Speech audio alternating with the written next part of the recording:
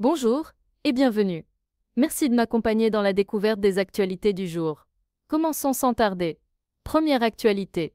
Israël a accepté la proposition américaine de cesser le feu à Gaza, formulée par le président Donald Trump.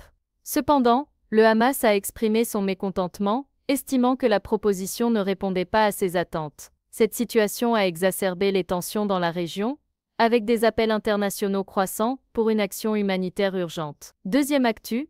Emmanuel Macron a déclaré que les négociations de paix entre Moscou et Kiev constituaient un test de crédibilité pour les États-Unis. Il a souligné que Washington devait confirmer son engagement à sanctionner Moscou pour soutenir la reprise des pourparlers. Parallèlement, le président russe Vladimir Poutine a posé plusieurs conditions pour mettre fin au conflit, compliquant ainsi la perspective d'une résolution pacifique. Troisième actu. Le deuxième tour des internationaux de France de tennis s'est poursuivi avec des performances contrastées des joueurs français. Richard Gasquet a disputé son dernier match sur le court central, marquant la fin de sa carrière professionnelle. Arthur Fils a réussi à se qualifier pour le troisième tour après une victoire difficile contre l'Espagnol Jaume Munar. En revanche, Gaël Monfils a été éliminé du tournoi après une défaite en 3-7 face au Britannique Jack Draper. Quatrième actu. Le gouvernement français a envisagé de geler les avoirs de 20 dignitaires du régime algérien, en réponse à des accusations de corruption. Cette mesure vise à renforcer la pression sur le gouvernement algérien pour qu'il prenne des mesures contre la corruption au sein de son administration. Cinquième actu.